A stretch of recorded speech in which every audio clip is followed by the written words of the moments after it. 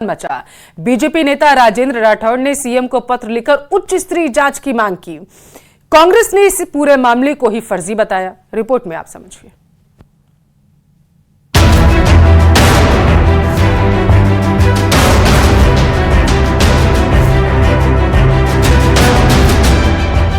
राजस्थान की सियासत में फूटे ऑडियो बम ने प्रदेश में नई हलचल पैदा कर दी है।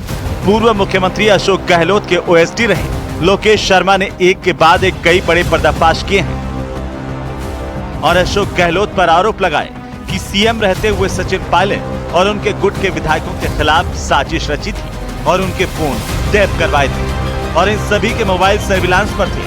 वहीं बीजेपी ने अब इस मामले में जांच कराने की बात कही है, लेकिन सबसे पहले आप लोकेश शर्मा का वो बयान सुनिए। मुख्यमंत्री अशोक गहलोत ने इस पेन ड्राइव के जरिए मुझे ये सारी ऑडियो क्लिप्स दी और ये कहा कि मीडिया को आप सर्कुलेट कर दीजिए और मैंने वो काम किया। अगले दिन अखबारों में जिस तरह से खबरें छपी और सभी को ये घटनाक्रम पता है कि जैसे ये ऑडियो क्लिप्स रिलीज हुई उसके बाद मुकदमे दायर हुए और जो सारा घटनाक्रम था कि किस तरह से खरीद फरोख्त की बात की जा रही है, कौन लोग हैं जो सरकार गिराना चाहते हैं, क्योंकि सीधे तौर पर केंद्रीय मंत्री गजेंद्र सिंह जी को इसमें इन्वॉल्व किया गया और ये आरोप लगाया गया कि बीजेपी के लोग सचिन पायलट के साथ मिलकर या बाकी के और जो विधायक हैं उनके साथ मिलकर सरकार को गिराना चाहते हैं। ऐसी मंशा थी ये साबित करने की कि इस पूरे खेल के पीछे भारतीय जनता पार्टी है, जबकि वास्तविकता ये नहीं थी। वहीं अब इस मुद्दे पर राजेंद्र राठौड़ ने सीएम भजनलाल शर्मा को पत्र लिखकर उच्च स्तरीय जांच करवाने की मांग की है। साथ ही पुलिसकर्मियों पर भी एक्शन लेने की बात राजेंद्र राठौड़ ने अपने पत्र में कही है। वहीं लोकेश शर्मा ने दावा किया था कि अशोक गहलोत ने ही फोन टैपिंग का पूरा षड्यंत्र रचा था और उनका मकसद सचिन पायलट और केंद्रीय मंत्री गजेंद्र सिंह शेखावत को बदनाम करना था। उन्होंने दावा किया कि अशोक गहलोत ने उन्हें एक पेन ड्राइव दी थी जिसमें 3 ऑडियो क्लिप थी और उसमें विधायकों की खरीद फरोख्त की बात थी और इस ऑडियो क्लिप को वायरल करने के लिए खुद अशोक गहलोत ने ही कहा था। जी सर, अपन ने तो यूज तो किया, जो मैंने तुम्हें दिया था वो यूज किया ना। हाँ सर, अपन ने तो यूज वो किया था। अच्छा, पर CMR का लैपटॉप था तुम्हारा था? नहीं, CMR का नहीं था साहब, मेरा था। ठीक है, फिर उस लैपटॉप से मैंने उसको फोन पे लिया। ठीक है, फोन में जब कॉपी हो गया तो मैंने फिर सबको वो फॉरवर्ड कर दिया, जो मीडिया का मेरा ग्रुप बना हुआ है। लोकेश शर्मा के इन तूफानी बयानों से सियासी घमासान मचा हुआ है।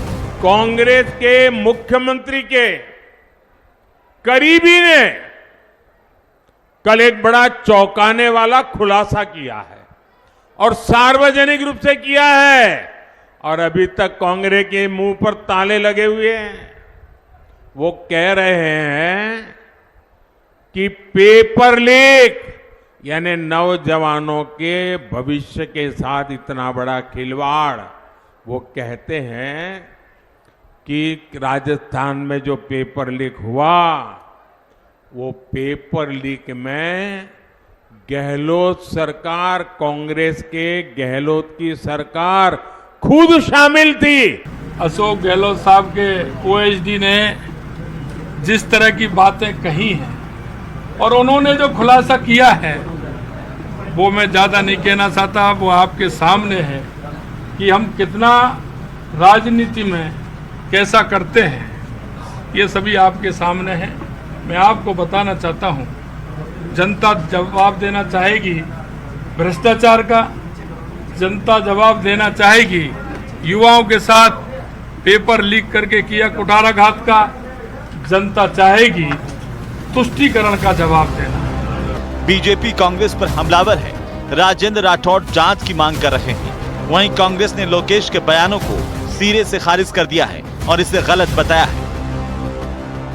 ऑडियो कोई कुछ बना सकता है, ऑडियो में क्या है, ऑडियो में दम है क्या?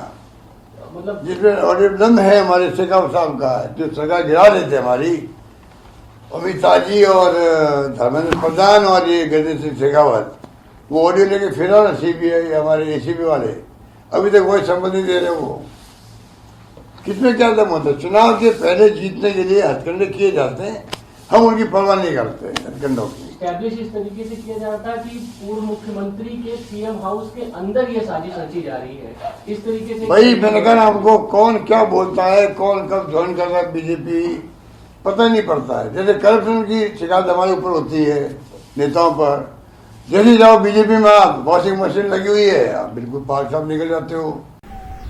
आप हैं कौन? एक कर्मचारी पुरानी सरकार के, वो मुकदमा दर्ज होना चाहिए इस व्यक्ति के खिलाफ। क्या कर रही है राजस्थान की सरकार? कल आपके सचिवालय का कोई व्यक्ति इस तरह से आके और मुख्यमंत्री के फोन टेप कैसे कर सकते हो आप?